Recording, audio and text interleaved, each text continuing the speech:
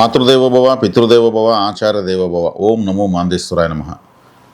అందరూ బాగుండాలి, అందరికీ మంచి జరగాలి.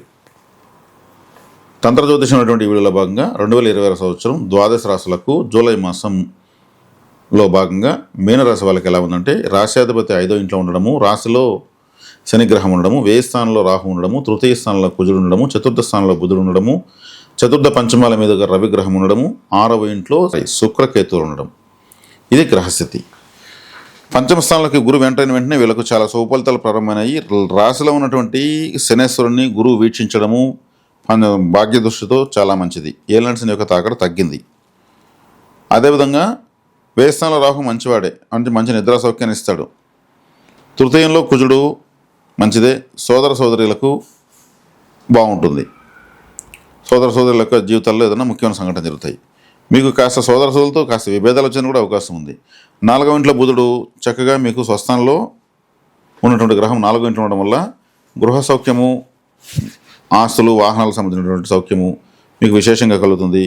6వ ఇంట్లో కేతు మంచిదే, కానీ 6వ ఇంట్లో శుక్రుడు మంచివాడు కాదు. కానీ ఆ శుక్రకేతువులనిద్దరిని కుజుడు చూడడం వల్ల, ద్వితీయాధిపతి భాగ్యాధిపతి కుజుడు చూడడం వల్ల ఆ దోషం కూడా పోతుంది. చక్కగా మీకు గృహ వాహన సౌఖ్యము, ఆస్తులు బాగా సేకరించడము, భూ సంబంధ వ్యాపారాలు చేసే వాళ్ళకి బాగుండడము, రియల్ ఎస్టేటు, తర్వాత టైల్సు, క్వారీసు, శాండ్ బిజినెస్, తర్వాత తీసుకుంటే ఇక మట్టితో చేసినటువంటి బొమ్మలు చేసి కొంతమంది అమ్ముతూ ఉంటారు. కాబట్టి ఇటువంటి వ్యాపారాలన్నీ కూడా, రోడ్ కాంట్రాక్టర్సు, ఇటువంటివన్నీ కూడా బాగుంటాయి. కుజుడు 3వ ఇంట్లో ఉన్నాడు. ద్వితీయాధిపతి 3వ ఇంట్లో ఉన్నప్పుడు వీళ్ళ ప్రయాణాల ద్వారా అధిక లాభంలో ఉండడము, ఇతరులతో కనెక్టివిటీ, కమ్యూనికేషన్ బాగా ఉండడము, ఇవన్నీ బాగా విశేషంగా యోగిస్తాయి. కాబట్టి గురువు రాశిని చూడడం వీళ్ళకి విశేష యోగం, కుజుడు బాగుండడము యోగము, మిగిలిన గ్రహాలు కూడా బాగానే ఉన్నాయి. కాబట్టి వీళ్ళకి అదృష్టం చెప్పొచ్చు. ఈ స్వల్పకాలంగా గురువు ఈ 5వ ఇంట్లో ఉంటాడు.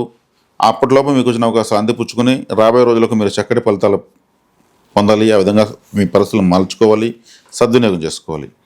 కాబట్టి మీనరాశి వాళ్ళు సముద్ర స్నానం చేయడం నెలకోసారి చాలా మంచిది.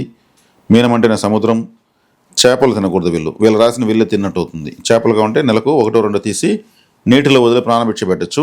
మీ రాశి యాక్టివేట్ అవుతుంది. కాబట్టి సముద్ర తీర ప్రాంతాల్లో ఉన్నటువంటి టెంపుల్స్కి మీరు తరచూ వెళ్ళి రావచ్చు. త్రివేంద్రము, కన్యాకుమారి, రామేశ్వరము, తిరుచెందూరు, ఇటువంటి పుణ్యక్షేత్రాల సమీపంలో వేల సంవత్సరాలుగా ఎన్నో ప్రసిద్ధ పుణ్యక్షేత్రాలు ఉన్నాయి. చక్కగా తరచూ అప్పుడప్పుడు వెళ్ళొస్తూ ఉంటే వీళ్ళకు ఏలినాటి శని ప్రభావం కూడా తగ్గుతుంది. మీనరాశి అంటే మోక్షరాశి కాబట్టి ఈ తత్సంబంధం ఉన్నటువంటి క్షేత్రాలకు వెళ్ళి రావడం విశేష శుభఫలదాయకం. కాలభైరవ ఆరాధన కంపల్సరీ చేసుకోవాలి.